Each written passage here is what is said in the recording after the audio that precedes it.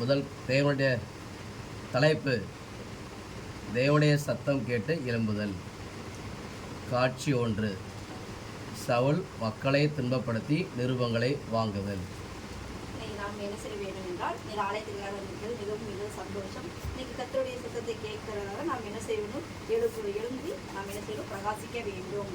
இன்னைக்கு என்ன ஆண்டவருடைய வார்த்தை என்னவென்று சொல்கிறார்? அவர்களை நோக்கி உங்கள் பிதாக்கள்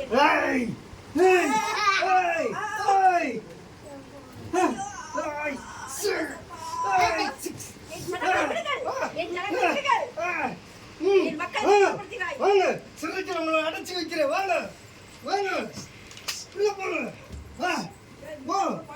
உள்ள போ.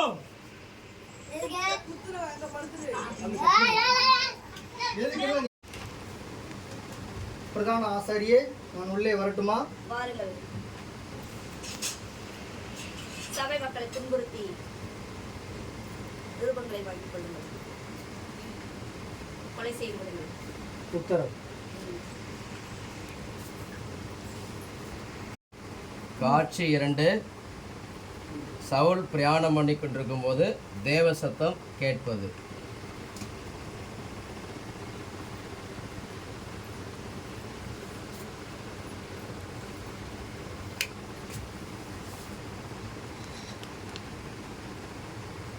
சவுலே சவுலே, நீ என்னை ஏன் துன்பப்படுத்துகிறாய்? ஆண்டவரே, நீ யார்? நீ துன்பப்படுத்துகிற இயேசு நானே. முள்ளில் உதைக்கிறது உனக்கு கடினமா? ஆண்டவரே, நான் என்ன செய்ய சித்தமாக இருக்கிறேன்? நீ பட்டணத்துக்குள் செல் மகனே, அங்கு நீ செய்ய வேண்டியது உனக்கு சொல்லப்படும்.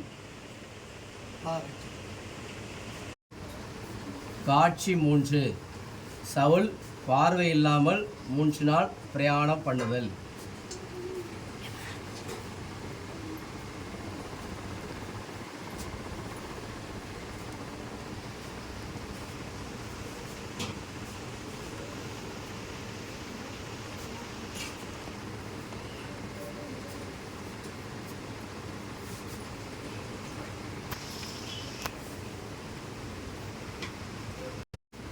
காட்சி 4.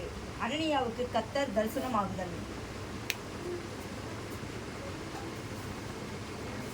அனனியாவே, ஆண்டவரே சொல்லும், அடியேன் கேட்கிறேன்.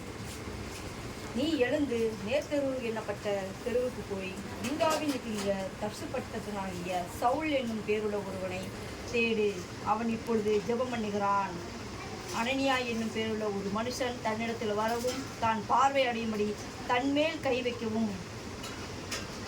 ஆண்டவரே, அவன் எருசலேமில் உள்ள உடைய பிள்ளைகளை அதிகமாக துன்பப்படுத்தினானே, அவனுக்கு நான் ஏன் ஜெபம் பண்ண வேண்டும்? காட்சி 5. சவுல் பார்வை அடைதல்.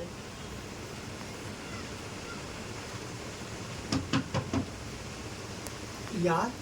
அனனியாவா? ஆம், நான் தான்.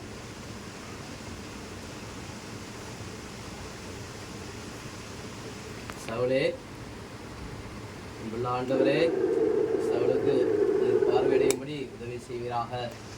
இயேசு நாமத்தில் பிதாவே, ஆமென்.